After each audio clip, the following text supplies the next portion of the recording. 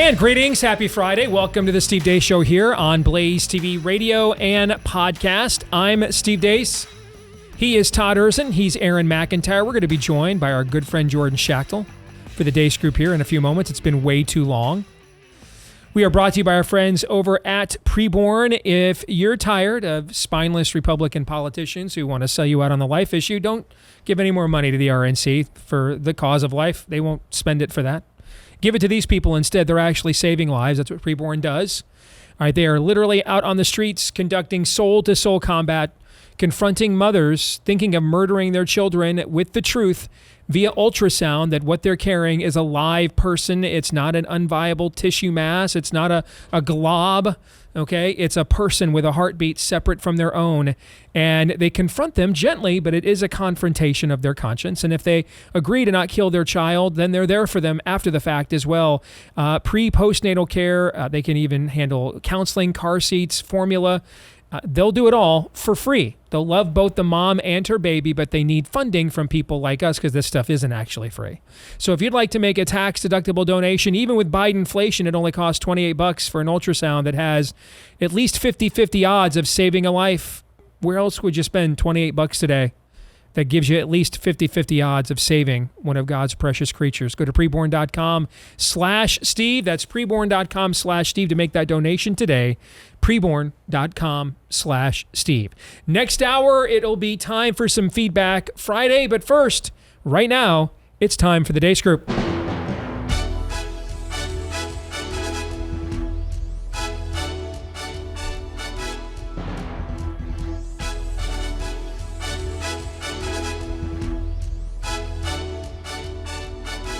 Your weekly look at the week that was begins, as it normally does, with Issue 1.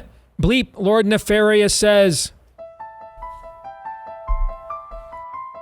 let them record that we the people united, mobilized, and voted down this existential threat to democracy and freedom, that we continued the march for progress, that we laid the foundation for a better future, and that we sought to create a more perfect union. Progress is possible. Keep marching. Burn that shit! Burn that shit! Burn that shit! Burn that shit! Burn that shit! Burn that shit! Joe Biden's legacy of accomplishment over the past 3 years is unmatched in modern history. In one term, he has already, yes, you may clap. You're Jewish! You're Jewish, motherfucker! You coward! Coward Jewish! Why is it in the country's best interest for him to step aside? Does it have to do with his health or it does not have to do, they have nothing to do with his health? Since the Dobbs opinion, the way that she has rallied women and friends of women, also called men, around this country on the issue of abortion and just taken it home. First vice president in history to visit an abortion clinic. Go get him. Look, he didn't step down from campaigning or from running because he didn't believe he can serve in a second term. That is not why. Look here, listen up to all you Trump supporters, okay? When this black woman win in November, if y'all go show y'all motherfucking ass at that motherfucking White House, if you want to, at that inauguration, it's gonna be smoke in the motherfucking city, okay? Cause we don't play that, okay? Don't try that shit, okay? Don't try that shit now. Don't try that shit here. Cause we gonna be out there, okay? We gonna be out there, and it ain't going down like it did last time. It ain't going down. So now that the process is played out, from the grassroots bottom up, we are here today to throw our support behind Vice President Kamala Harris. I'm clapping. You don't have to. I have nothing in common with any of that. Like nothing. I mean, I guess you could say I have the most important thing in common. We're both made in the likeness and image of God, but beyond that, there is absolutely nothing. that would put me in any form of relationship with anything that was in that montage. Like, I wouldn't choose to live next to it. I wouldn't choose to go into business with it. I wouldn't vote for it. I wouldn't marry it. Nothing. Like absolutely nothing. Like, that's Nehemiah level of send all the foreign wives and their children home kind of nothing. Like absolutely nothing. Like nothing. Like nothing. I mean, I have no idea how we could possibly live with that. So you're saying there's a chance. All right, so Jordan, you're first as the guest. All right. The most abominable abomination you just witnessed was what and why? I'll take the end portion. Chuck Schumer selecting, him and his Democrat donor allies selecting Kamala Harris as the candidate. I don't think it can be emphasized enough that there were no votes for her during the Democratic primary.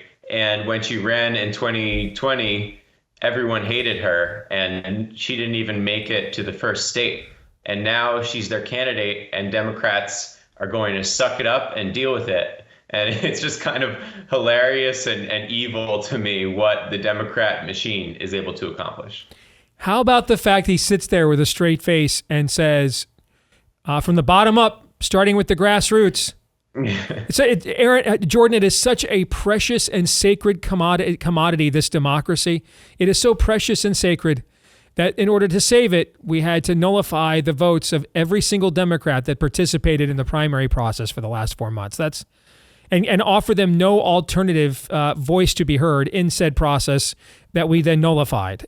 That's how precious and sacred this democracy is, Jordan. Agreed. And I think, the election will show us where we're at as Americans. If we can't beat Kamala Harris outside of fraud margins, then, that's another conversation to be had, because then our country's in deep trouble, and I don't think there's any returning from that. So it'll be a very clarifying election at the very least. Absolutely. All right, Todd. Normally, I can't wait for clarification. Yeah, that one's going to hurt.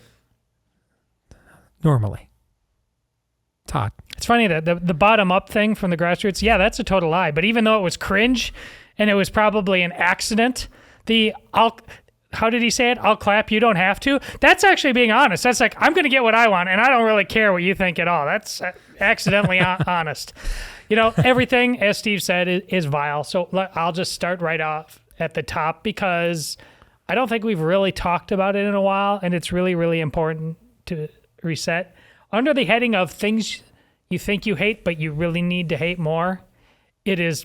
That's a growing list, by the way. But yes. Yeah, this is not a new addition, but teachers' unions, what awful, awful, awful human beings they are. And it was really, if we're being honest with ourselves, this was, and Steve, I think you've kind of alluded to this in some way for your whole career, but this was inevitable.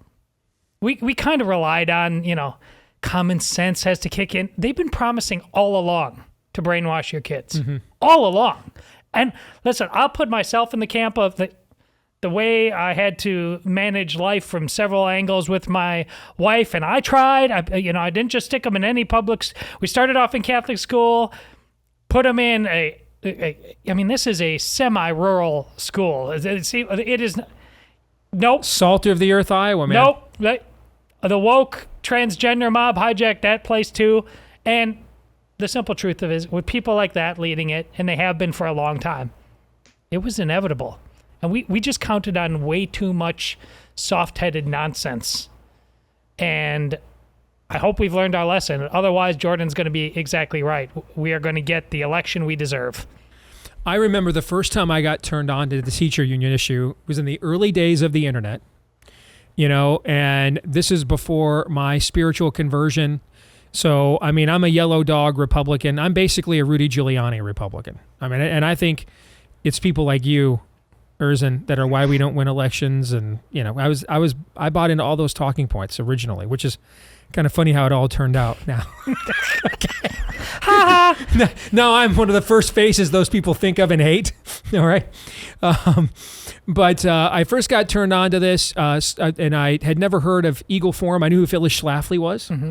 and I kind of just viewed her as some kind of old, fuddy-duddy. Of course, later on, I mean, Phyllis and I would go on to have a great relationship, and she was a big backer of mine, before she passed away. But, I thought, again, you guys are the people, the reasons why Bill Clinton's president now, we can't ever win, and Ross Perot split the vote, all those tropes, okay? And because I'm also just a few years out of high school, remember. This is the late 90s. I'm a few years out of high school. And, we were still doing Christmas programs and all this stuff. There's no way it was this bad. And Phyllis had shared at her Eagle Forum site the actual agenda for the NEA convention. It was like 1996, 1997. And I'm reading this and I'm like, this is freaking Soviet, man. This is Khrushchev, pounding his foot on the lectern at the UN, we will bury you kind of stuff, I'm like, this cannot possibly be real. I didn't, and that was nearly 30 years ago. Yep. Now, and here we are. Yep. It is both real and spectacular, indeed. Aaron. Just one more note on Chuck Schumer. That is a level of gaslighting, the grassroots up thing, that you just have to tip your cap and just respect. I mean, that takes just a pure sociopath. I have bemoaned the fact that we can't even lie well anymore. We can't even gaslight anymore. Fair point. Fair. That took some effort. That took some forethought. That was next and I think level. that needs to be noted. Tip of the cap. Some wonderfully terrible, psychotic, but wonderfully crafted gaslighting there. Let's go to Elizabeth. I guess that happens after you eat those raw cheeseburgers. Maybe it makes your brain better. True. Yes. True. Yes.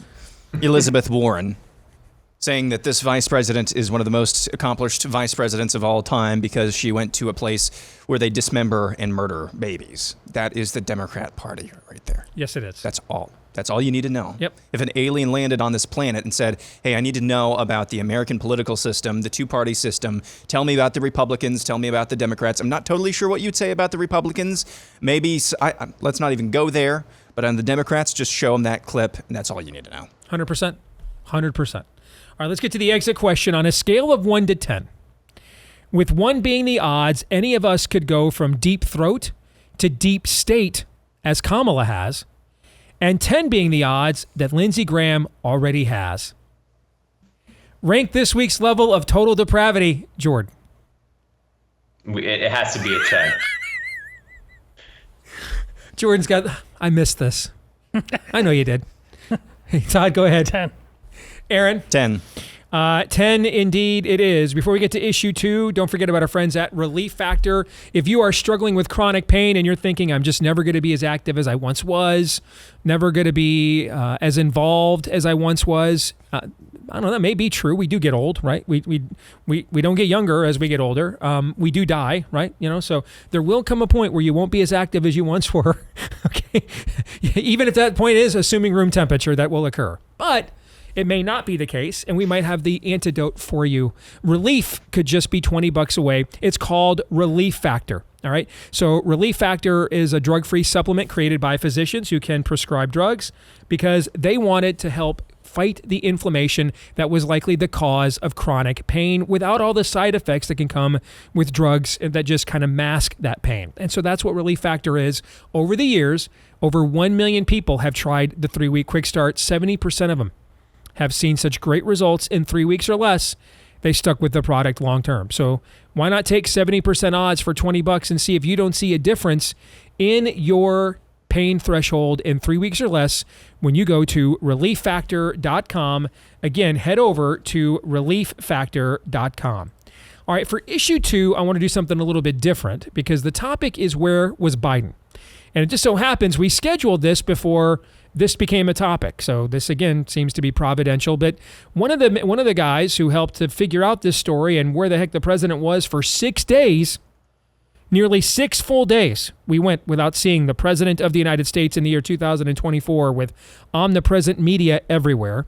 Well, is Jordan, none other than our very own Jordan Schachtel, here with us. So, Jordan, I know you took interest to something that Charlie Kirk over at Turning Point USA was originally reporting, that he had heard from some people that the president had some form of healthcare medical issue in Las Vegas. So, we have great respect for your muckraking skills here on this program. Okay. So you went to work on Charlie's scoop there to see if it had merit and checked it out for yourself. What did you find? Where was the president, and what was going on for 6 days?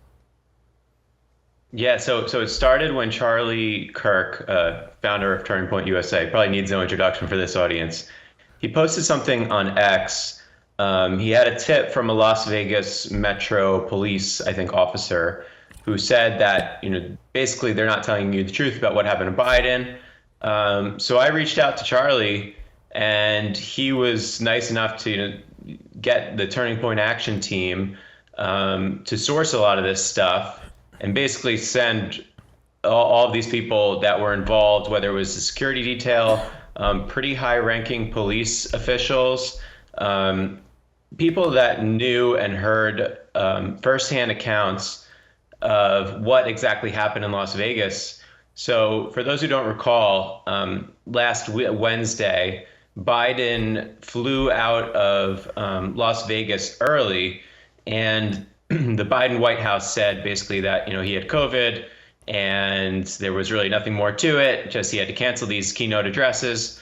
But what I heard, and this is based on several sources, again, who heard it directly or were directly part of his detail, that said that Biden indeed had some kind of medical emergency. I don't want to speculate exactly on what medical emergency it was. They insisted it was not COVID, but that they had to create an emergency egress route after Biden was meeting people and shaking hands for lunch at about 2 p.m., 3 p.m. local time in Vegas. They had to basically, they were alerted to an emergency over radio dispatch. I was told that hundreds of officers and people in his detail heard this emergency request, and they were planning on getting him up to the hospital at first, which was 2 miles up the road from his location.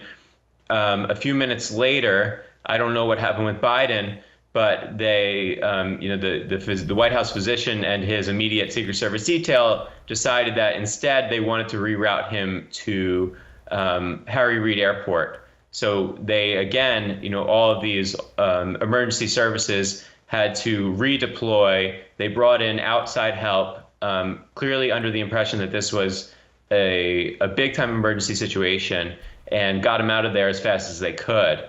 And the idea that this was just COVID, that he had like a runny nose and had to cancel his speech, doesn't really make sense because of all of these independent voices that I heard from the police department, from the immediate detail, who told me from a variety of different angles based on what they were doing that day that this was reported as a real emergency, and that it wouldn't be, there's no precedent of, if the president were to cancel plans and go home to the airport, they wouldn't have deployed this thing for COVID. It was a legitimate emergency. Now we're dealing the president is 82, right? 81.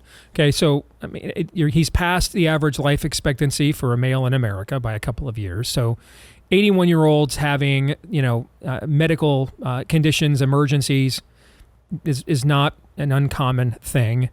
So then why do you think they've covered this up? Why not?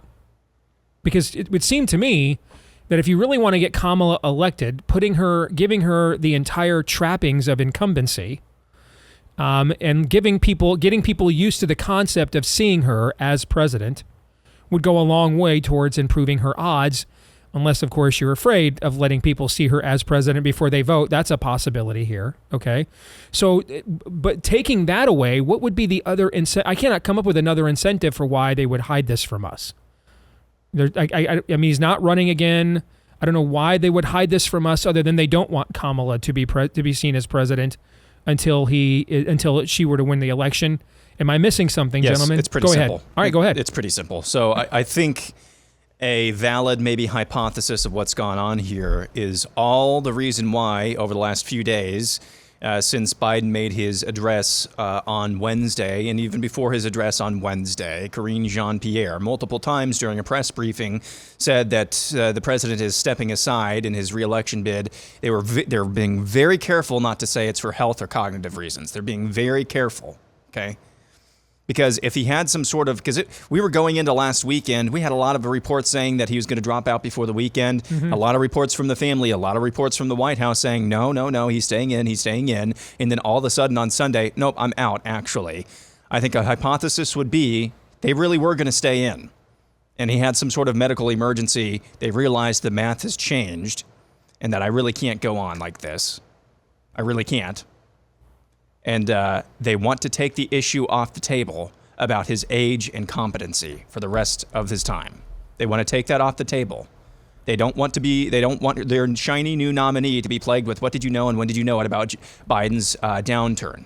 Something happened that they did not plan on, I think. That would be my estimation. That would be my hypothesis. And that's why they're being very, very careful not to say anything about Biden's cognitive or health condition being a factor why he's stepping aside.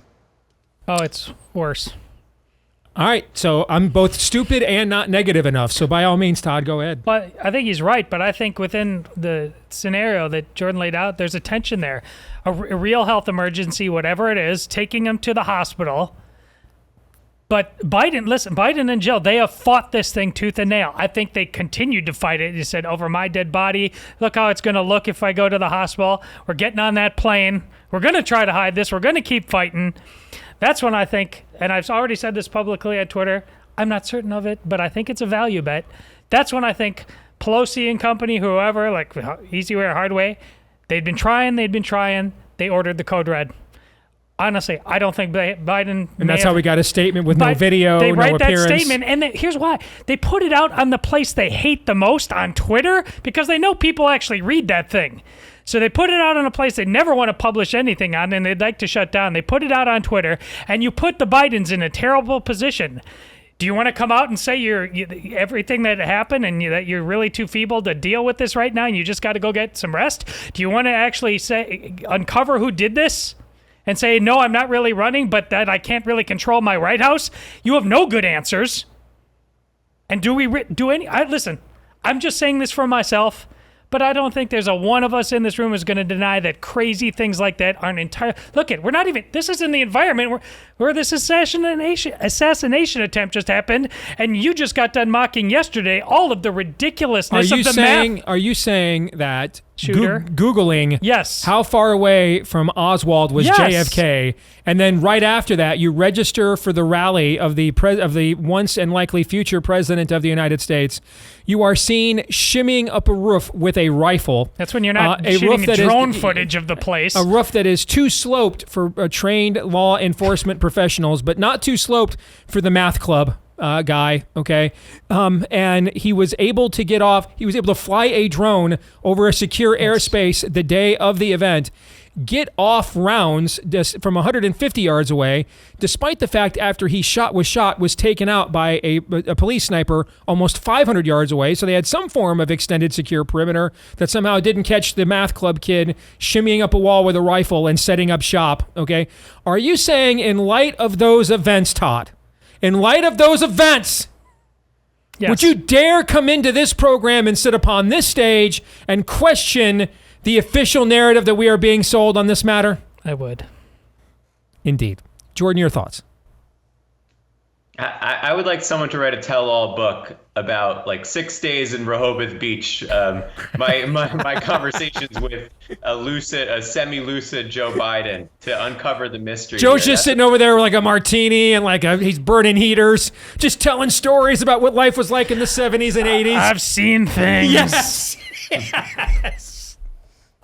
It's just crazy to me that the craziest part of this story wasn't even what happened in Vegas. It was just him disappearing and everyone thinking it was normal for someone to post something on X.com. And then we're thinking, oh, okay, I guess it's over.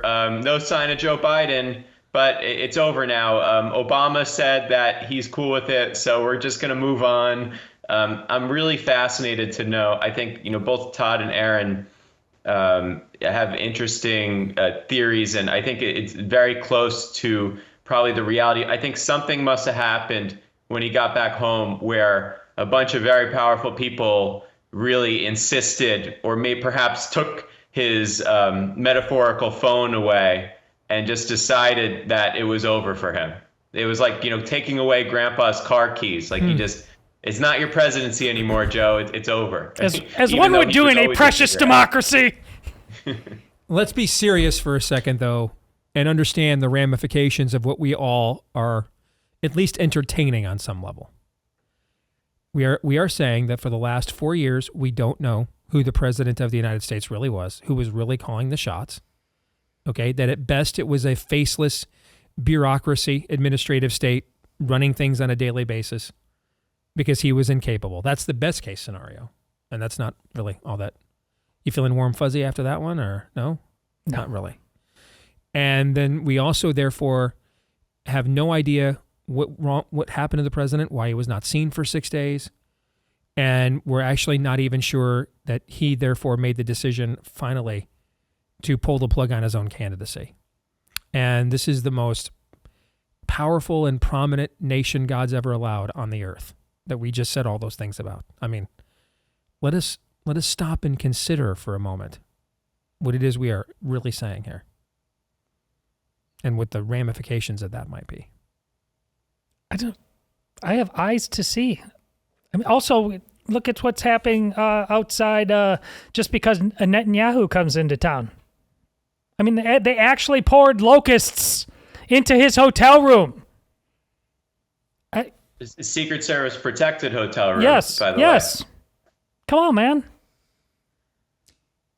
To put a little bit more meat on that bone, this is an excerpt from a Wall Street Journal story that I believe published this week. President Biden had just finished trying to persuade a group of congressional Democrats to pass a $1 trillion infrastructure bill when Nancy Pelosi, the House Speaker, took the microphone. In 30 minutes of remarks on Capitol Hill, Biden had spoken disjointedly and failed to make a concrete ask of lawmakers, according to Democrats in the room.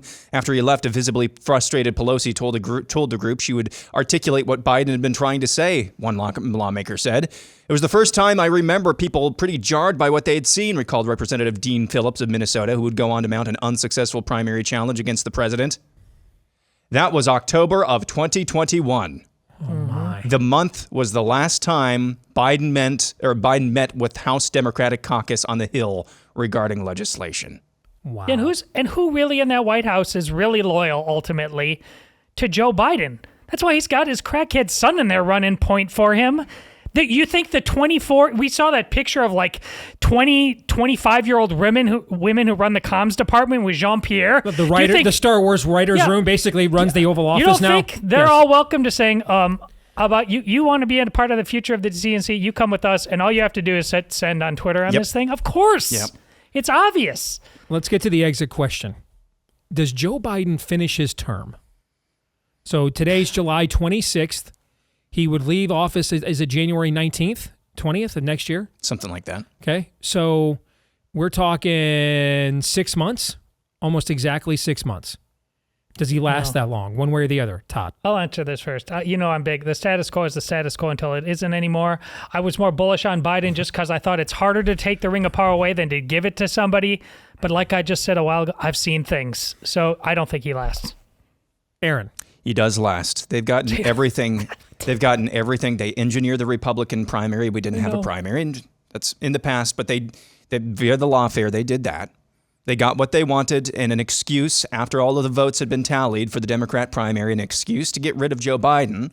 It's clear right now they don't want to address his cognitive failures or abilities or lack thereof. And they would have to do that if he dropped out of office one way or another, unless he passed dies. Away. Yeah. And I agree with all that. And that's how I thought. Yeah. So they've gotten everything they've wanted to this point. All right. Jordan, you get the last word. You get to break the tie. 30 seconds. Go ahead. Yeah, if I'm a Vegas bookie, Biden's like a minus 140. It's very close. It can really go either way. Now you're speaking my language. I get this. Keep going. I can translate. Go ahead. Yeah. Yeah, so he's got maybe 20% chance he survives, or 80% chance he survives, and then you have all these other variables. But I think I agree with Aaron, but I'm not bullish on him making from a health perspective, if nothing else. Yeah. Yeah. All right, we'll come back. Todd referenced Bibi's visit. We'll discuss it here next on the Roundtable. Stay tuned.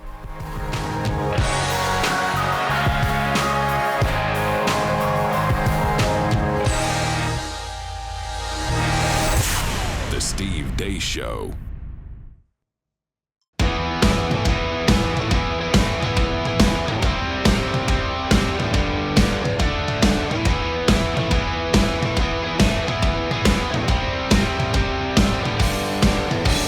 If you are tired of stalling economies, inflation, endless wars, the relentless assault on our values, thankfully, there's a company like Patriot Mobile that still believes in America and our Constitution. That's why we're proud to partner with them right here on this show. And I have told you before, they take your profits and they reinvest them right back into the cause. And I mean, I've not done a multi-speaker conference level event on the right the last few years. I can't remember the last time I did one that Patriot Mobile was not one of the sponsors. It was one of the sponsors of the Leadership Summit we had here in Iowa just a week or 2 weeks ago.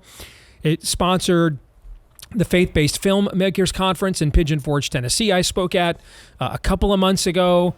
I mean, that's not random. They are true believers. They share our value system. They're reinvesting back into our values. They want to help build the parallel economy, and they have a fantastic product with 100% U.S.-based customer service team. You can switch to any of the major networks within their network anytime you need for free if you're a member. If you're a veteran or first responder, let them know when you go to make the switch from your current provider. They've got extra ways to say thank you for your service. All of us, if you use my name, Steve, as your promo code, you get a free month of service today. A free month of service today when you make the switch to patriotmobile.com/Steve. A free month of service today when you make the switch at patriotmobile.com/Steve. All right, let's welcome back in Jordan Schachtel, our guest this week on the Deace Group. As we march on, your weekly look at the week that was continues with issue 3, Bibi's visit. Amidst the backdrop of a horde of pro-Hamas orcs violently clashing with police, committing vandalism and burning American flags outside the nation's Capitol building, Israeli Prime Minister Benjamin Netanyahu spoke to Congress this week. It's amazing, absolutely amazing. Some of these protesters hold up signs proclaiming gays for Gaza. They might as well hold up signs saying chickens for KFC. I'm hopeful about America, because I'm hopeful about Americans. I know how much the people of this country have sacrificed to defend freedom. America will continue to be a force for light and good in a dark and dangerous world. For free peoples everywhere, America remains the beacon of liberty its extraordinary founders envisioned back in 1776. Working together, I'm confident that our two nations will vanquish the tyrants and terrorists who threaten us both. As Israel's Prime Minister, I promise you this: no matter how long it takes, no matter how difficult the road ahead, Israel will not relent, Israel will not bend. We will defend our land, we will defend our people, we will fight until we achieve victory. Victory over liberty, rather victory of liberty over tyranny, victory of life over death, victory of good over evil. That's our solemn commitment. All right, first question, Jordan, we'll go to you. What lessons did we learn from Netanyahu's visit here this week and the ensuing reaction? Yeah, it's a tough time to deliver a bipartisan address specifically about, a foreign conflict that even Americans are involved in, with the Americans held hostage, because we just had like the craziest 10 days in politics in American history. Mm-hmm. So I understand that Bibi was in a tough spot. I think he did a pretty good job. But it's very clarifying that neither Joe Biden Biden probably couldn't make himself get over there physically, but Kamala Harris didn't show up and said she spoke to her sorority sisters. And it's very clarifying. They need the Hezbollah vote in Michigan, and the Democratic Party is not going to be a pro-Israel party. They aren't going to stand with self-respecting Jews who are willing to sell out their religion and their culture and be, like watermelon Hamas Jews is perfectly fine, especially if you have a really Jewish last name. You're very useful to their cause. But the Democratic Party made it very clear that in the highest levels and in the grassroots with the Hamas protesters that they don't want to hold accountable. There's really no place for self-respecting Jews in the Democratic Party.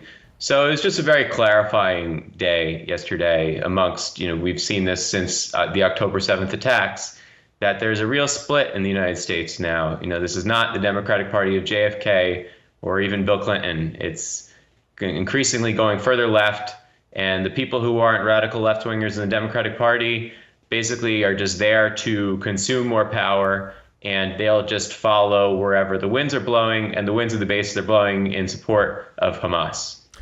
Jordan, just a quick follow-up. I went back and looked. Since we have been doing modern exit polling in the late 60s, early 70s, Jews on average have given Democrats 71% of their support. That's the average that they have given the Democratic Party. 71%. And we are also talking about a demographic that by and large is able to write way bigger fundraising checks than a lot of the other minority groups that make up the Democratic coalition. I mean, I've used the word extraordinary a lot in these last few years, but just from a pure political science standpoint, this is an extraordinary betrayal of a coalition. I mean, because it wasn't like the coalition was showing signs of it hadn't dropped to like 60% or 55-45, right? Like there was no political coverage to do this. I mean, even post 9/11, that did not do anything at all to lessen the Jewish resolve to vote Democratic. And yet, in spite of that, and in spite of prominent Jews threatening to pull out their money out of Ivy League schools based on what they saw this year and everything else, nothing matters, no pressure. 17 electoral college votes or whatever it is in Michigan are so needful at this point that they're just going to do something I don't know that I've ever seen in American politics ever. Take a constituency that had been fiercely loyal and done nothing at all to break that loyalty and just completely toss them overboard. I've never seen anything like that. I agree with you. I think they're just doing some demographic calculations. The youth vote is obsessed with TikTok, which just floods the zone with Hamas propaganda, and our culture in Hollywood, fiercely anti-Israel, anti-Jewish, even amongst the Jewish community there. I mean, I'm sure there's similar problems in the Christian world. I mean, you face this more than we do as Jews, but there are people tuned in right now who are like, it's the Jewish cabal runs the world, runs all of Hollywood, these damn Zionists. You just sit there and told us that the Jewish-controlled movie studios are all anti-Israel too. I mean, you literally just told us that. Okay? Fiercely. It would be the same way that, if you had someone who's came from a Christian family that hadn't practiced their religion in 30 years, do you still identify them as a Christian, or are they just something floating around when, they're obsessed with communism and leftism? It's kind of the same thing in the Jewish community. I mean, it's a longer history involving how Jews in America, how many Jews stopped being Jewish, essentially. There's a lot of movements and whatnot to tell that story. But yeah, all of these institutions that people say are supposedly run by Jews, if they are run by Jews, they're run by Jews who don't practice their religion or who are, of a self-loathing capacity. So, this idea that Jews run the world, yet Israel is the most criticized nation in the world, it doesn't really add up. No, it does not. So Todd and Aaron, we discussed this at length yesterday, but now that you've heard some of Jordan's commentary, either one of you want to chime in? Well, I've learned a lot about our sacred democracy through all this. It's sacred and precious democracy, Yes, sacred Todd. and precious. Yeah. Well, because, listen, you take Israel, and as Steve, you've laid out painstakingly, you don't even have to take any kind of eschatological view of anything. That's a democracy. It was, it faced its own 9/11. And the proper... From the same people who gave us our own 9/11. Yes, exactly. But the proper response of a sacred democracy vis-a-vis another sacred democracy is to go full gays for Palestine, send locusts to the hotel of the leader of that sacred democracy, and then burn your own city down in resentment of that sacred democracy. But on the flip side of things, you have to go full hawkish, make Zelensky the modern-day Napoleon, and give total financial powers to help that cause that you have no idea what it's about until the end of time. So that's what I've learned about our sacred democracy. Clear as mud. Yes. Aaron. Man, it's hard to follow. I think what we've learned is that I think the Democrats, what is their coalition right now? J.D. Vance J.D. Vance is coming under all sorts of fire right now for saying that the people who rule us at basically every level of politics are made up, among other things, of childless cat ladies. He's speaking about intentionally childless cat ladies. So he told the truth. He told the truth. Okay. That is the truth. Yes. Yeah. That's basically that's their undergirding, because the rest of these, it is a very tenuous kind of constantly chaotic pendulum swinging back and forth, hodgepodge of interests. And I think the only uniting thing is that they desire power. Whether it's the gays for Palestine on one side being flanked by the "you Jewish mother bleepers," or on the other side, you've got some of the dynamics that Jordan is talking about as well. Those things can't coexist for a long period of time.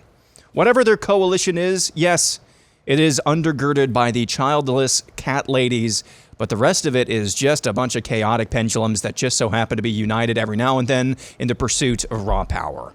That's what we're learning. Exit question, then we'll get to issue 4. How much who wins this presidential election will determine whether or not there is escalating war in the Middle East by this time next year? Aaron. How much, depending on who wins, determines? Yep. I think it is 90%. Todd. Yeah, I'm more or less the same on that front. Jordan? I agree. You just go on the record. So it's kind of important, I think is what you're saying? A little bit. Okay. Before we get to our kicker topic, a word about our friends over at Hillsdale College. They have been celebrating Independence Month here in July.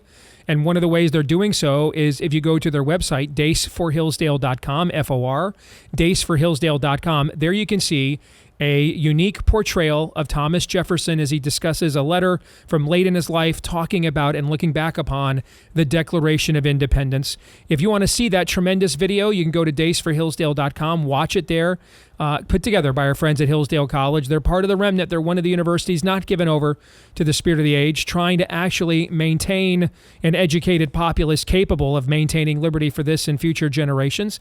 And if you go there and watch the video, they'll give you a free commemorative copy of the Declaration of Independence as well. Just go to daceforhillsdale.com, F-O-R. That's daceforhillsdale.com.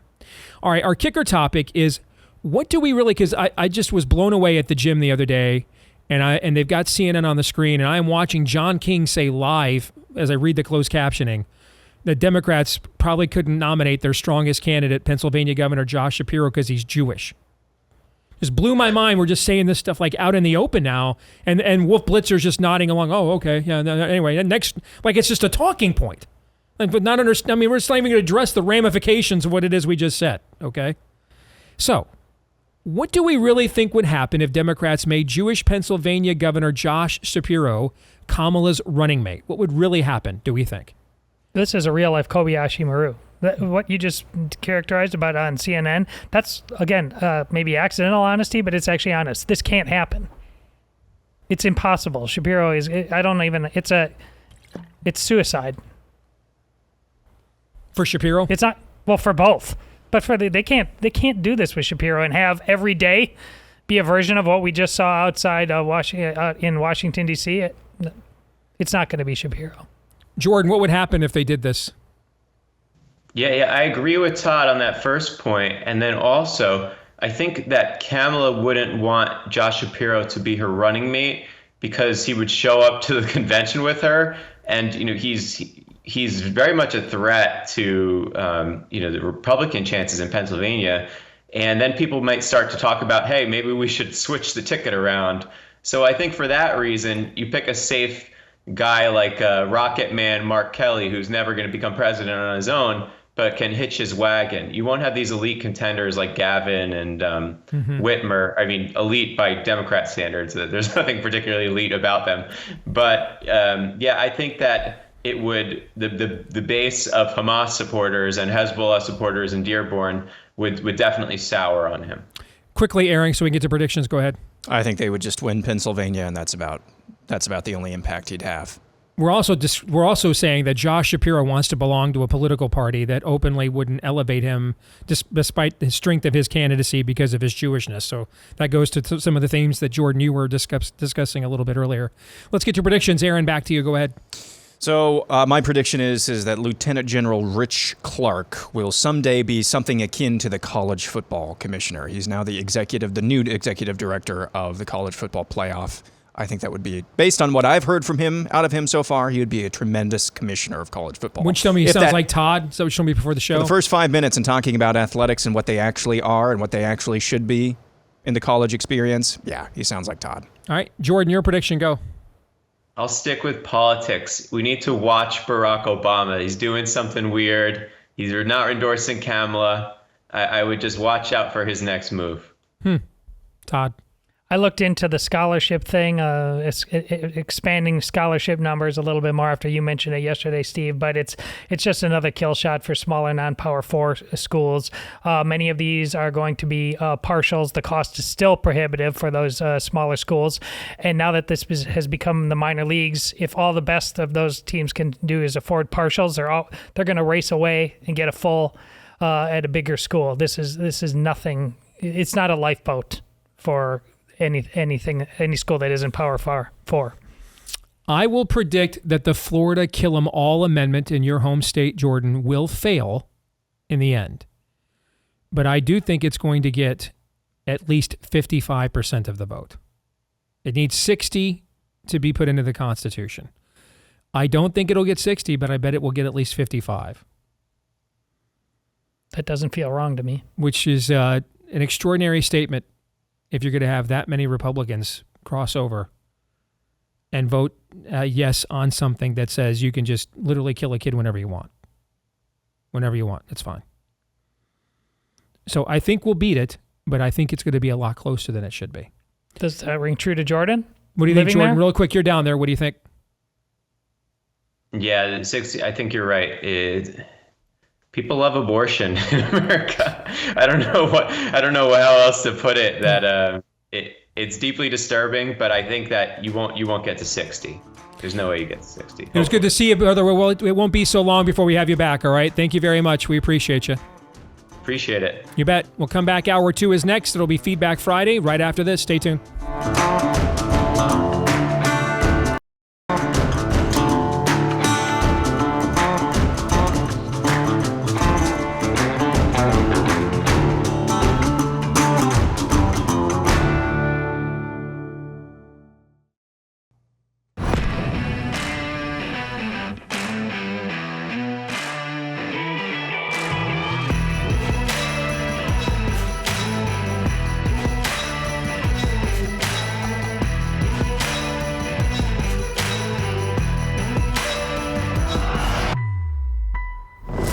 All right, we are back here with Hour 2 here on Blaze TV, radio, and podcast. Steve Deace here alongside Todd Erzin, Aaron McIntyre, and all of you. And you can let us know what you think about what we think via the stevedeace.com inbox. Email us, steve@stevedeace.com, DEACE. Like us on Facebook, me, we, and Gab. You can follow me at Steve Deace Show on Twitter, X, Getter, Instagram, and TikTok.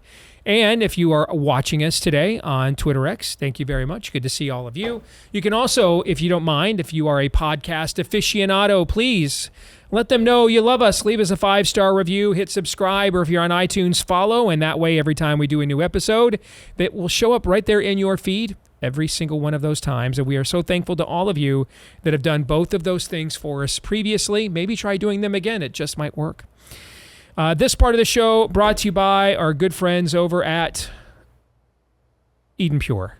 Almost did Hillsdale a double. Then we'd have to charge them double. Sure, they would have taken it. Yeah, but until we sent them the bill for a second one, then they would not have. Eden Pure, though, Eden Pure has gotten so much positive, great feedback in this audience over the last few years. Why? Because this thing's pretty boss. It's not an air freshener. It's an air purifier. It goes right after whatever those components are in the air in your home or your office that is causing that gnarly air you want to be rid of, from BO, pet odor, cigarette smoke, human odors, okay, burnt food, whatever it is, bacteria, mildew, even some viruses. No match for the Thunderstorm Ear Purifier from Eden Pure. You won't have to replace filters either. It's a filterless technology that they utilize. And based on the comments from within this audience, this stuff really works. So if you want to get the 3-pack for whole home protection, you can get all 3 units for under $200. All 3 units for under $200 if you go to EdenPureDeals.com and use the discount code STEVE3 for those savings. The discount code for those savings, again, is STEVE3 at EdenPureDeals.com. Again, head over to EdenPureDeals.com and use the discount code STEVE3. All right. Are we ready for some Feedback Friday? Should be interesting. Yeah, it should be. Let's go to Trey first. A little background, he says. Prior to 2020, I was a touring musician. I stayed out of politics as much as I could. No one wants to hear an entertainer spew his or her words or views. When I decided to hang up the guitar after reaching my dream of being a successful musician, which he put in all caps, and focus on new dreams and goals, COVID hit. This sparked my interest back into politics. I grew up listening to Glenn Beck and Rush, so I knew where to turn, and that's when I found you guys. Let's just cut right to the meat. After watching an assassination attempt on a former president and current candidate, I was shocked. Last week you spoke about getting in the fight. Well, for an average Joe like me, what does it look like? No election is going to eliminate the darkness that is a hold in this country, in my opinion. It's literally going to take revival and God's intervention to fix this mess. But I do not want to miss the opportunity to fight back, whatever that looks like. I know God is in control, but I feel an overwhelming push to take action. However, I have no idea where to even start. I don't know if the country is full ready for revival, but I'd be happy to be at the forefront of that movement. I value you guys' opinion and commentary, and I appreciate the fact that you're brothers in Christ. Again, that is from Trey. Well, the first thing that I would do, Trey, and I'll go back to the talk that I gave to the Leadership Summit 2 weeks ago, we all have a voice. That is one thing we can all do. We all need to refuse to remain silent. You would be, I know it seems simple, but it's profound. You would be, I think we all would be, surprised at just how much of an impact. Now, I didn't say, I'm not going to say that this is the panacea, that it's just this simple. It is not. But if we just took the step of, you know what, we're not staying quiet anymore. We're going to push back now. We're going to make you, yeah, I don't think that's true. Prove it to me. I don't believe you. Just, if we all took that one step and took it consistently, that would put a dent in what is currently occurring in this culture. Because what I see happening right now is a lot of people think they're the only people who think like this. And so they come to shows like this to get encouraged that they're not. But then they don't leave shows like this and then with that courage and say, yeah, I'm not taking it anymore. And that doesn't have to be out of spite. That doesn't have to be you're seeking some form of vindication. You know, we're commanded as believers to love our neighbor as we love ourselves. Now, the church in this modern era, collectively, not unanimously, there's always a remnant, but collectively, the church in this era has deemed that to mean we pander to our enemies. That's not what love and pray for your enemies means. It does not mean pander to your enemies. That's not what it means. Quick, guys, give me the amount of people pandered to by Christ in the New Testament. Go. 0. Nobody's pandered to. Nobody is. Well, Steve, Jesus spoke with tax collectors and sinners. Yeah. You missed what you just said there. Jesus spoke. What chapter and verse is it where Jesus is like, okay, guys, I'm done now, and I really want to just sit here and receive what you think? When does that happen? Any of those moments in the Gospels? Does that ever happen, guys? It does not. Never occurs. You know why? Because they were wrong. And so he went there to correct them. Not to affirm them, not to pander to them. This wasn't a struggle session. This wasn't a give and take. No. God's like, listen, I love you, so I'm going to come to you. But just so we're all clear here, I'm coming to you. You know what I'm saying?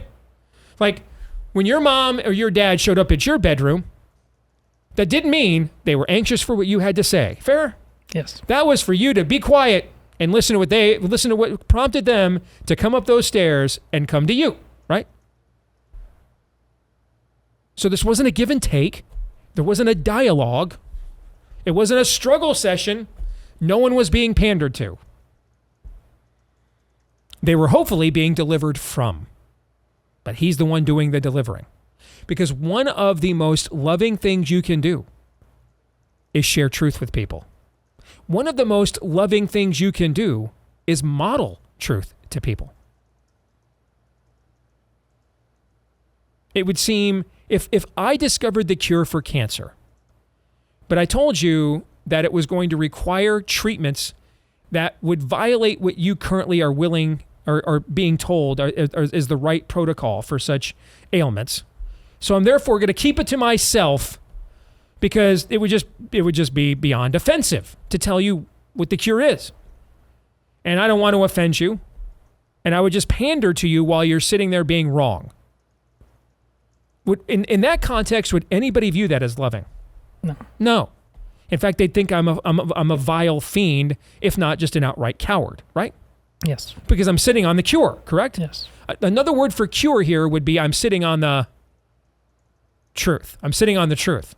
I'm sitting on the truth. So I would share the truth. And then if I'm a medical professional in this case, I can then deliver said truth, meaning I can model the truth. And in that context, we would consider that to be about the most loving thing that you could do, right? Sure. So why does this not apply comprehensively? It does. We're just not willing to apply it, but it does. I mean, I could get into, and I'm sure when I bring this, let you guys talk here in a minute, Todd will mention every town's got a school board meeting, right? Every town's got one of those, okay? Aaron, I'm sure, can come up with specific steps and everything else, but what if we all just took the first step of saying, you know what? We're not going to be quiet anymore. We're not. We're not going to remain silent anymore. Because it's very clear after this last generation that silence was taken not as accommodation, but affirmation, acquiescence, agreement, submission. That's how silence was taken. It wasn't taken as polite. It wasn't taken as kind. It wasn't taken as courteous to not cause a scene or disrupt a family event or a moment that it doesn't call for these particular conversations. We were given no credit for that, correct? It was just simply taken as, submission. Yeah. So boot to throat harder. That's how it was taken. We're not going to be silent anymore. We're not. We're going to push back now. Now, if we're believers, we're going to do it in a Christ-like way. We're going to be meek. There's going to be power under control. Okay? But the first phrase there of power under control is what? Power. Power. Yep. We're going to make the power move, and by the power of his Spirit, we're not going to be quiet anymore. We're not. Gentlemen, what are your thoughts? Thank you for your note, by the way, Trey. Yes. Well, a lot of notes, emails. I know Steve gets these. I get them too. And no question, is the task daunting? Absolutely. Is there a one-size-fits-all answer to all this? Absolutely not. I mean, yes, your school board, look into it, but not all school boards are necessary. Maybe they're doing a great job. Maybe there's another way you can help. But this is very, very common amongst people who listen to us all the time. And I've never quite put it this way, but we need to all start asking ourselves, how does this default as an American even exist so prevalently that we just feel helpless and don't know what to do? Because a revolution was started over the Stamp Act. It was about being taxed on paper goods without representation. All right, they said, "Oh hell no," and threw a bunch of tea into the sea because that was taxed. And Steve has said this in many circumstances in the past. We fought so much harder and so much quicker in the past over so much less, and rightly so. What happened to us? And I'm not picking on you. This is clearly we as Americans let ourselves just get so soft and so accepting of grievances that if we fix them right then, not because they were life and death, exactly because they weren't life and death yet. Why do we always wait until it gets so bad that we feel helpless and we can't control it anymore? We have to answer that question. Otherwise, is there really any point going back? We got it wrong a long time ago. We put this thing on cruise control a long time ago. We were not at the end of history. The devil laughed when we told ourselves that. So no matter what school board we decide to run for, maybe you go out door knocking, depending on what state you live in, and it may or may not make a difference. But how did all of us decide that as being silent all the time was the way an American was supposed to live? The opposite was always true. Certainly in the name of good. Steve, I was thinking about this the other day, and I mentioned it to you in passing off the air. North Korea, the People's Republic of North Korea, is kind of the inverse in terms of its people of the United States. The enemy, the spirit of the age, which is its father is the devil, in North Korea uses discomfort to subjugate those people. You listen to various interviews with survivors of North Korea, escapees from North Korea, and almost all of them will tell you that everybody is so focused on just surviving, just getting by day after day because of how their government treats them, that they don't have time to think about, hey, there's a better way. They are so their discomfort subjugates them. In America, our comfort subjugates us. This is a great comparison. The advantage that we still have, though, is that we actually can have eyes to see and a voice to use. This is what I was talking about yesterday. Decline is an option. Decline is a choice. Thanksgiving dinner, crazy liberal Aunt Susie, or whatever you want to say, starts going off about how it's women's rights, that's under attack. That Thanksgiving dinner is in decline, guys. It's in decline. If you stay silent, because that's the choice that you made. If church becomes optional to your family, if you neglect the role that God and scriptures and studying that and acting upon that is in your family, the place that it should be happening the most, where you're fed the most, is church. It's a family in decline. If your school library starts putting genderqueer on its shelves, that's a school in decline. Why? Because people who knew better chose not to do what needed to be done. Whether that's running for a school board, whether that's actually saying, what is this doing here? Making people uncomfortable, asking the uncomfortable questions. And if you're listening to this and you're thinking, I tried all that, or it's all, we're so far gone anyway. And believe us, all three of us to some degree have toyed with that notion before.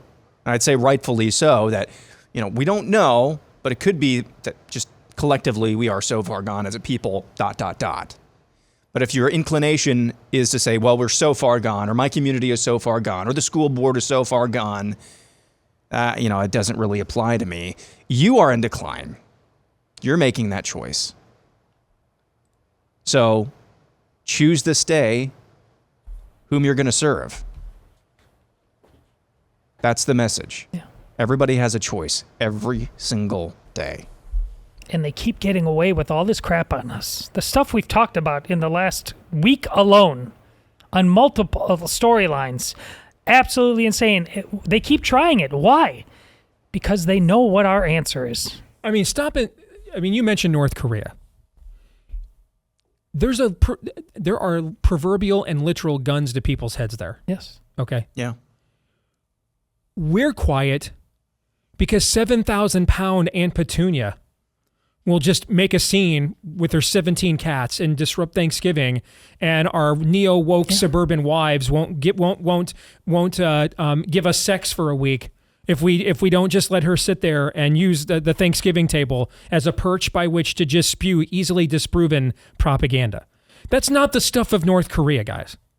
That's the stuff of, to quote the great prophets at Revenge of the Nerds, I smell And we know the next line, don't we, gentlemen? That's the stuff of that, okay?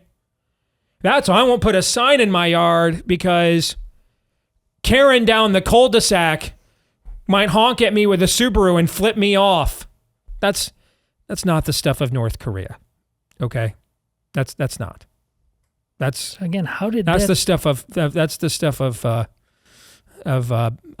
non-male genitalia. That's what that is.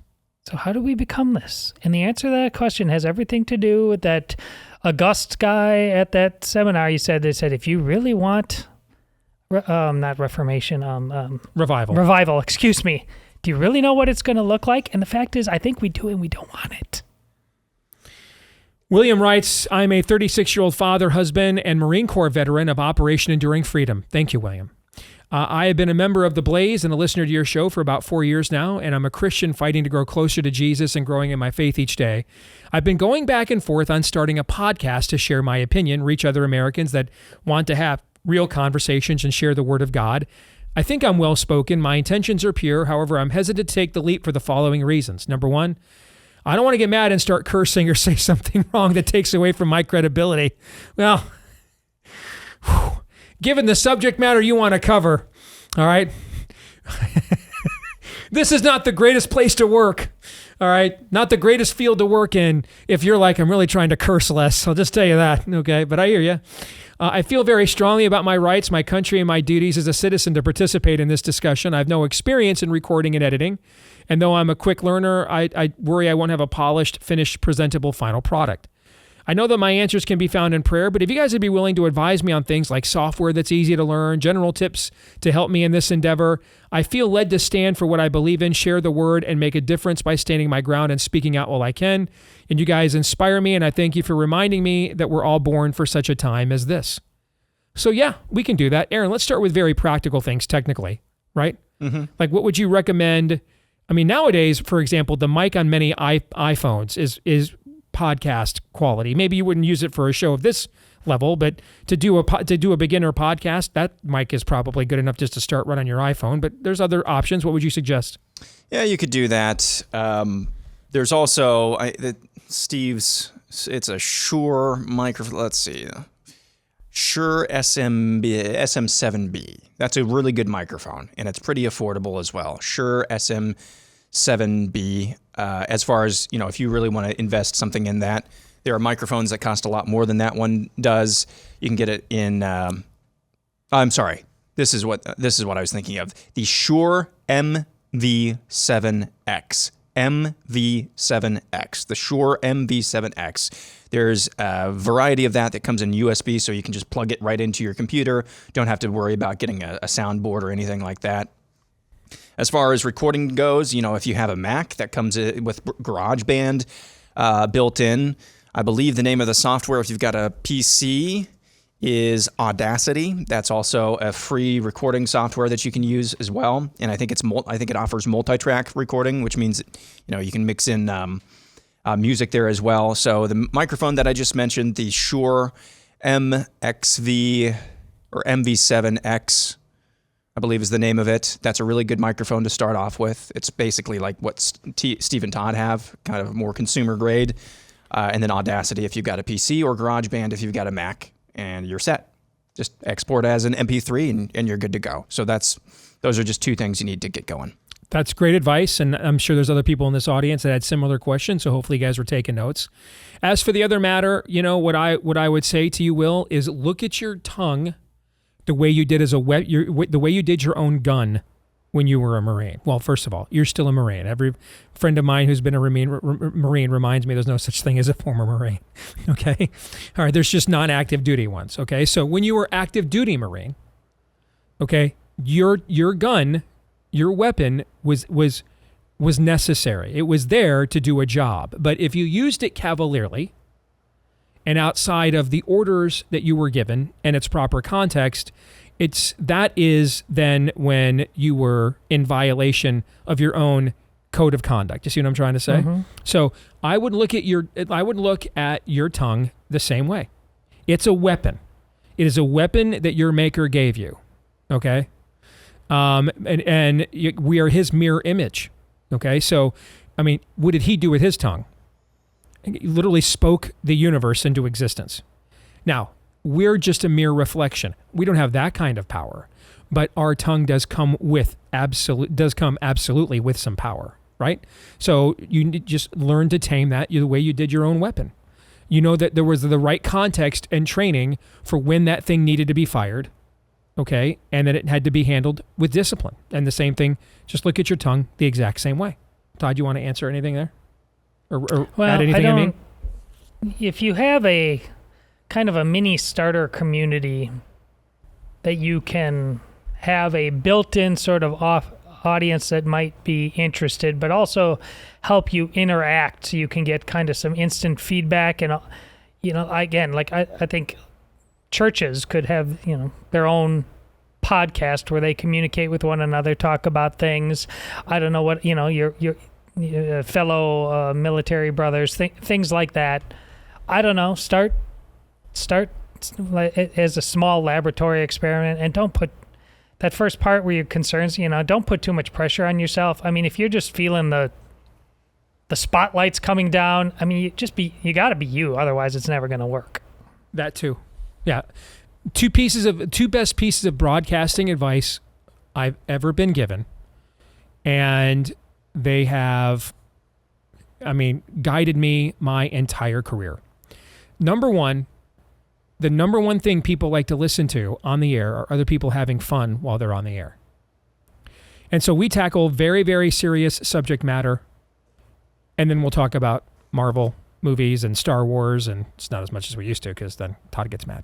But we talk about fun and frivolous things. Yes. Okay. We do that too. Okay. So we try not to take ourselves too seriously while taking what we're talking about very seriously. Okay. So that's number one. Number two is to be yourself. There are people who get into this business who don't, and I saw this even in local sports radio. I've seen it at every level of this business, who say things they don't really believe or are a caricature, okay, of something that they're trying to be, and they get away with it for a while. But then there's a moment there where it has to be real and it cannot be faked, and they get exposed, okay? And so be yourself, whom you really are, okay? Just maybe the best version of that. And then number two, when possible, don't, hey guys, it's Chuckle Hut Radio. No, we got plenty of that. I mean, this is serious talk and subject matter. The stakes here are very serious, right? Okay, but when it's possible, let the air out of the balloon and have fun. Because ultimately, yes, the stakes are high, but ultimately this world is not our home. Ultimately, the outcome is up to God. Ultimately, we should have a joy and a contentment, even while feeling the tension of what is happening in our culture. We should be sleeping pretty well at night, knowing ultimately, okay, that we don't know the future, but we know the one who holds the future in his hands, right? As the saying goes. So hope that helps. Mr. Stacy McNabb says, my wife and I have 5 daughters between us, the 2 youngest being twins, one of which unfortunately became involved in a relationship with a young man that has no idea how to honor or respect women. Their relationship gave us our first grandchild. My Carter man is now 6 years old and means the world to me. His little brother Rowdy is almost 3 years old. Their father has been very emotionally, verbally, and probably physically abusive to our daughter. They have split up and gotten back together several times over the years, even getting divorced a couple of years ago, but she kept allowing his sorry rear end to manipulate his way back into her life in bed. Just when we thought they were really done with their relationship, we get the news that she is pregnant once again. Our daughter was literally just days away from going out of state for an abortion when my wife and I watched your movie Nefarious. God used the powerful message there to intervene and save the life of our Callie, who was born on January 15th of this year. You guys will always hold a special place in our hearts. Thank you, and God bless.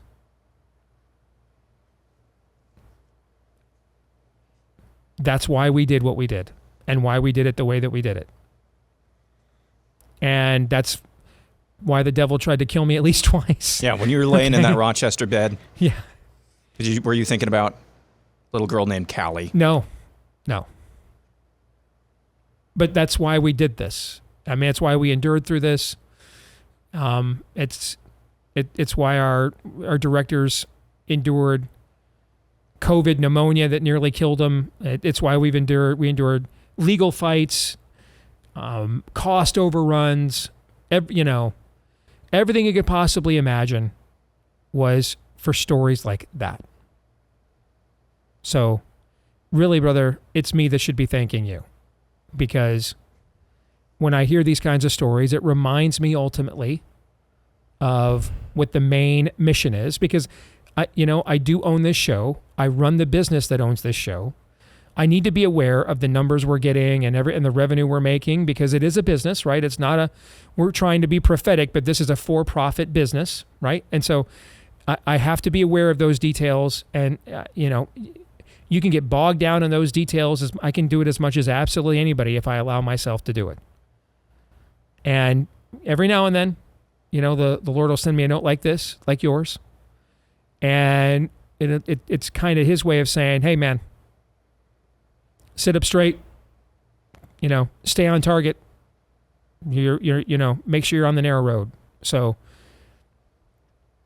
I'm very honored and blessed by these kinds of notes. So thank you very much. Very much appreciated. And this is why Hollywood brought out 5 movies to compete with our film after we announced our release date. Because the enemy also saw the potential that our movie had, that there could be a lot more stories from people like the McNabb family that we just heard from right here. And he was trying to limit that, but God has a way of getting his message out, sometimes in unconventional ways. The good news is we've made Amazon a lot of money because they needed it. So none of us, we're profitable, but none of us are like, rearranging our lifestyle changes after making this film. You helped them buy the NBA coverage, and that was the goal all along. Amazon's getting another NFL game each week thanks to the nefarious film. They've made them a crap ton of money. Okay. But you know what? It's also arguably the largest platform on planet Earth. And it's helped us get this movie out to people like the McNabbs, who otherwise maybe got boxed out of seeing it in theaters. You know what I'm saying? Mm-hmm. And that's ultimately what it's all about. So God bless your family, and thank you and your bride for stepping up for those children. They will one day rise up and call you blessed. I am confident of that. More in a moment.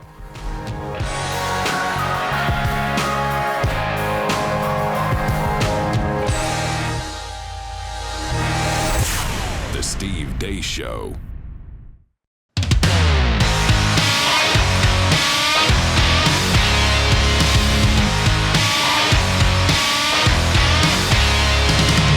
So recently, in the wake of Hurricane Beryl, over 2 million people were left without power in Texas during the summer.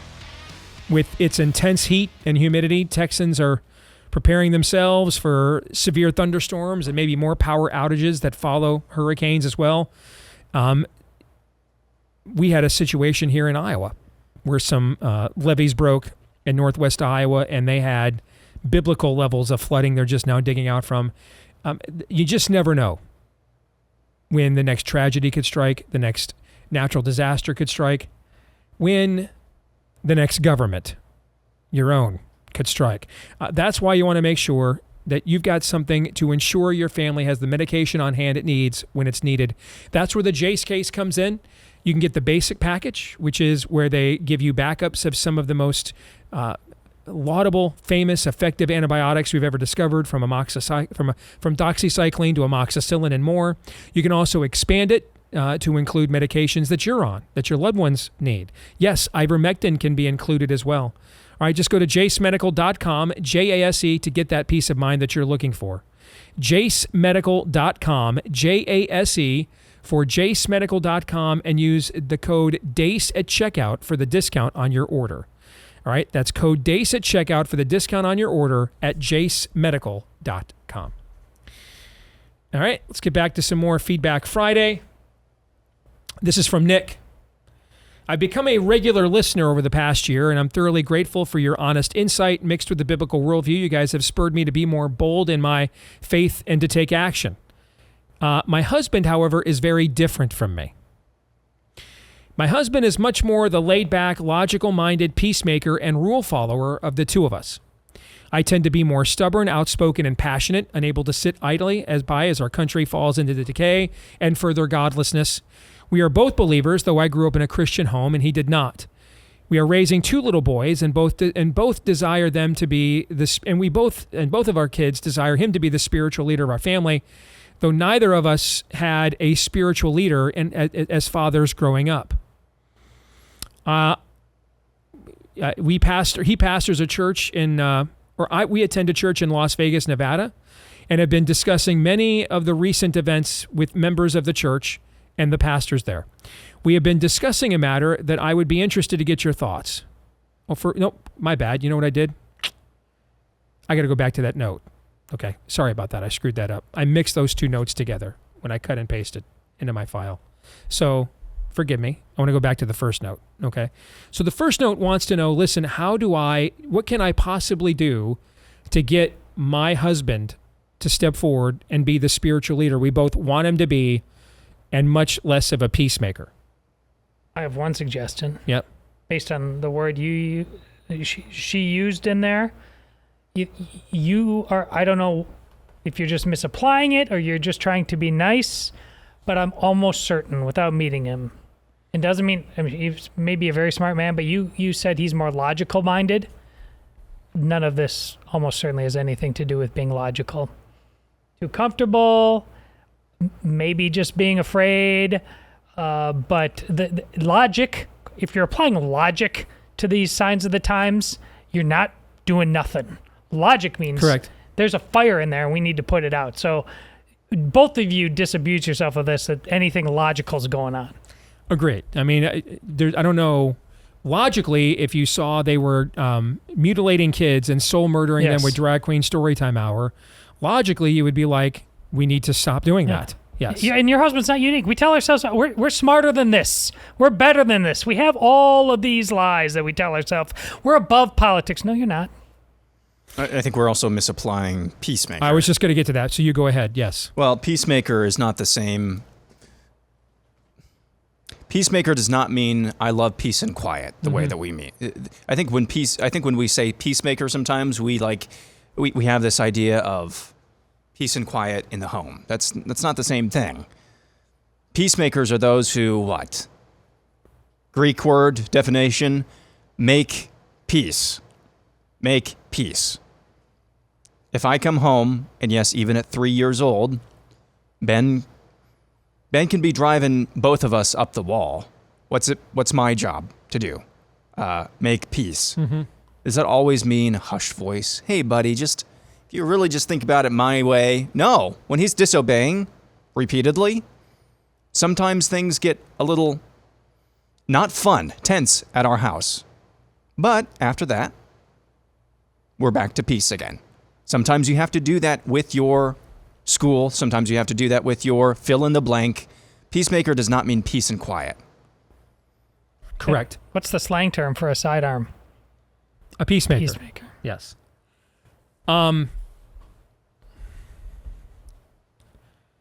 There can't possibly be peace without a confrontation. Now, the tone and tenor and temperament of that confrontation, as I've said many times, all right, confrontation isn't a tone any more than kindness is, okay? Or niceness is, I should say. Niceness isn't a tone, or loving isn't a tone any more than confrontation is. I mean, it can be respectful. It can be logically, assessed, but a confrontation is required nevertheless. There cannot be peace without a confrontation. There cannot be. Because we live in a fallen, sinful world, and there are people that will steal your peace from you if you allow them. There are civilizations that will do so. There are evil forces at work that will do so. And there can never be peace without some form of confrontation. And then there cannot be a lasting peace without the threat of a confrontation. There cannot be one. So let me throw something at you that might blow your mind. we're told in the New Testament that Jesus is both fully God and fully human at the same time. Fully God and fully man, right? Mm-hmm. He's both. Okay. That means, therefore, that when you read the New Testament, the reason why he sounds different and wiser than us, and a lot of times we read that and we're thinking, well, that's his divinity side, right? Okay, that's God. No. Because remember, we're also told that for a time, okay, mercy mild, right? Like the song says, he lays that aside for a time, right? And that's where you see him, even though he's fully God, submitting to the will of the Father. Throughout the gospel says, I can do nothing except that which the Father wills for me, right? Okay. Mm-hmm. At his weakest moment, prays to the Father, take this cup from me, but if not, let your will be done, not my own, right? Okay. So you see him living a life of submission, even as he is God in and of himself, right? Mm-hmm. Okay. So you're seeing his fullness of his humanity, all right? And so when he feels nervousness and anxiety, we can get nervous, our tummies can get upset, we can get sweaty. He starts sweating blood, okay? All right?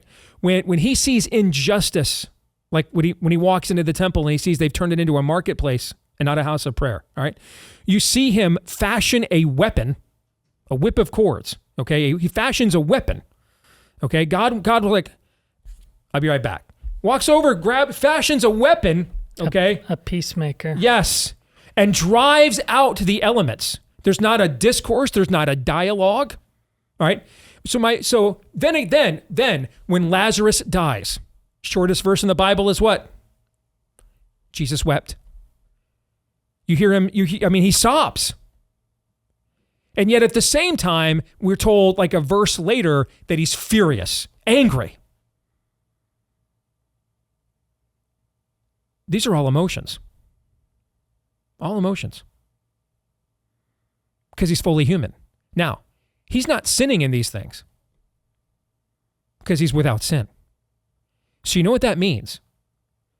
It means that he's actually fully human. That's what it means. He is demonstrating to us what really being a human means. The idea that, let me slow my anger down because in my anger I may sin. He's sinless. He's not going to sin in his anger. You see what I'm trying to say? Mm-hmm. Okay? When he sobs and weeps that Lazarus dies, he doesn't say, well, there's other men watching and this looks how he doesn't think about that because he doesn't care. He's sinless, doesn't need their approval, doesn't care. You're seeing the fullness of his humanity in these situations. Except it's a humanity that's untainted by sin, so he's not marred and marked by what we're marred and marked by and limited by. He's not concerned about going overboard if he gets angry. He's not concerned about being seen as weak if he weeps. He's not concerned about offending people and not earning their pleasing affirmation if he confronts their error. When he sees a leper, he's not concerned, well, that leper might spread it to me, so hey, I hope you feel better from a distance. No, he walks over there and heals. You see what I'm saying? He is without limitations that we all wrestle with and are marred by and have to navigate through every day because we're sinners. So when you see him operate at a level higher than us in the New Testament Gospels, that's not that's the God side. No, that's his humanity side, just without any sin. Because God created man and he said he was what? Good. And that was before we had sin. Made in the likeness and image of God. Mm-hmm. Given dominion. Power. Good. And the only thing that wasn't good is it wasn't good for the man to be alone. So made him a partner. And I think the actual translation there of helpmate is rescuer. No, you're not seeing him operate divinely. You're seeing him operate fully humanly. It's the opposite. In other words, he's even angrier about injustice than we are. He's even sadder about death and tragedy than we are. He's even more willing to confront evil and error than we are. He is more willing to even show compassion than we are. That should just blow your mind and completely get you to reassess how you react to the world around you. Now, if you're a believer, That same spirit now lives in you. It is not sinful to fashion a whip of cords and drive out money changers from the temple to purify it. It is sinful to then take that whip of cords, wrap it around their necks without a trial, and hang them in broad daylight. That's sinful. Agreed? Yeah. Don't do that. Okay? But seething fierce anger at seeing people take the word of God and use it to oppress others, to rob them, pilfer them, that is not sinful at all. It's logical. Yeah, it's about as logical as it gets. Yes. Yes. I'll leave that there. Nick adds, in the note that I accidentally mixed up with the last one, I pastor a church in Las Vegas, Nevada. I've been discussing with many of the recent events with members of the church and my co-pastors. We've been discussing a matter that I'd be interested to get your thoughts on. For example, say you are a Secret Service agent or some higher up and you have intel that shows the assassination attempt on Trump was a hired hit by political leftists. Would you make that info public knowing that it would likely cause a civil war of some sort? If you love your country, is that worth it? Or what else could you do to seek to avoid that end? At least in my view, when you put yourself in these kinds of scenarios, it makes decision-making harder. Do you cause even further civil unrest by blasting the truth? Is that best in this scenario? Asking your thoughts. What Nick is getting at, I think, is a worthy conversation, even in a healthy culture. But the reason why I chose this note is because we're all doing way too much self-editing in this culture. Now, this may not be the case of it. You may decide it's just not worth it, given what will be the collateral damage of this. It can't get out. Reasonable people can have that conversation, okay? Mm-hmm. But I think in this culture, we're all too preemptively self-editing all of the time.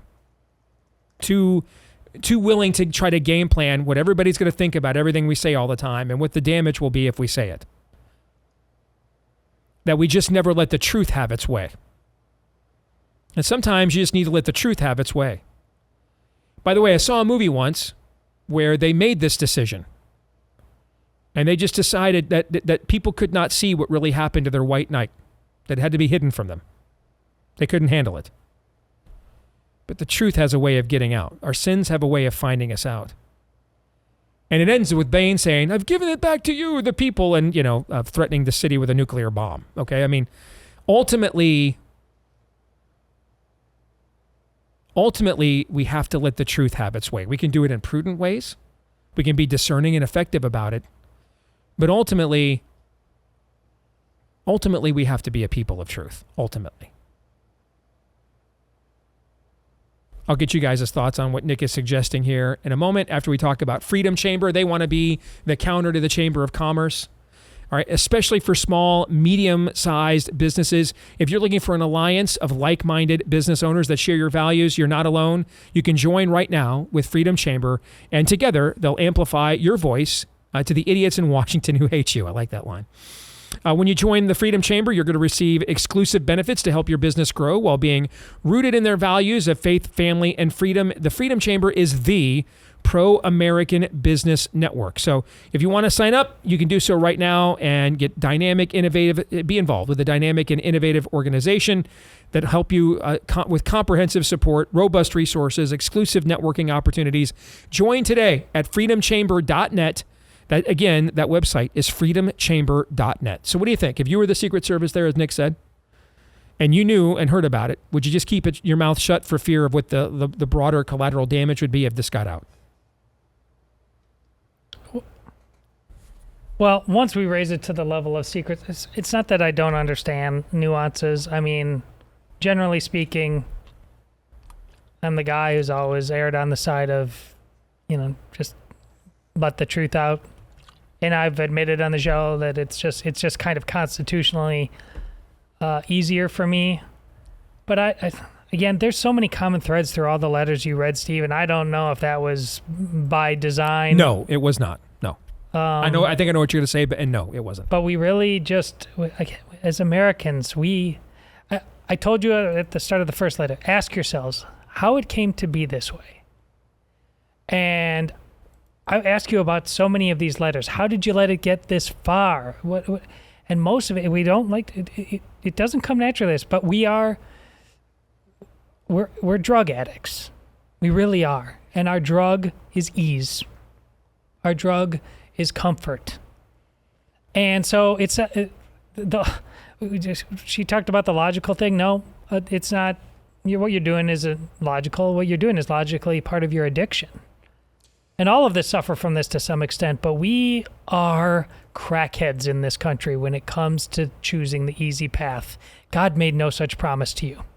Yeah, so you've heard the story of Stanislav Petrov. He's the Soviet air defense officer who is largely credited with stopping World War III because he saw a report on his screen about incoming missiles from the United States, and he decided, hey, this is a false alarm. You think he got lauded for that? No. He didn't receive a reward. He got an early retirement and then had a nervous breakdown. There's no good answer here. But I would say if they're plotting to take out the former president and likely next president, the Civil War already started. Romans 8:28, that'll preach.